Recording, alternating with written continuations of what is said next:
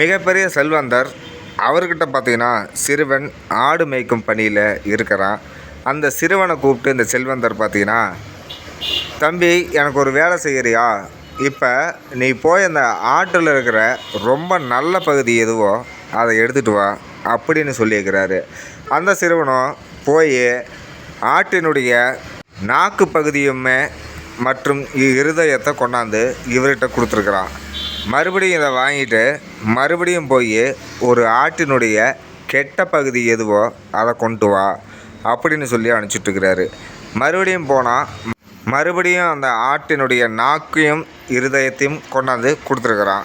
என்னப்பா ரெண்டுக்கும் ஒரே இதை கொண்டாந்து தர அப்படின்னு அந்த சிறுவன்கிட்ட இவர் கேட்டுக்கிறாரு. ஐயா, ரொம்ப நல்ல பகுதி இது தான், ரொம்ப கெட்ட பகுதி இது தான். மனிதர்களும் இந்த மாதிரி தான். கோபம் வந்துட்டா இது என்னென்ன வேலை செய்யணும்னு யாருக்குமே தெரியாது.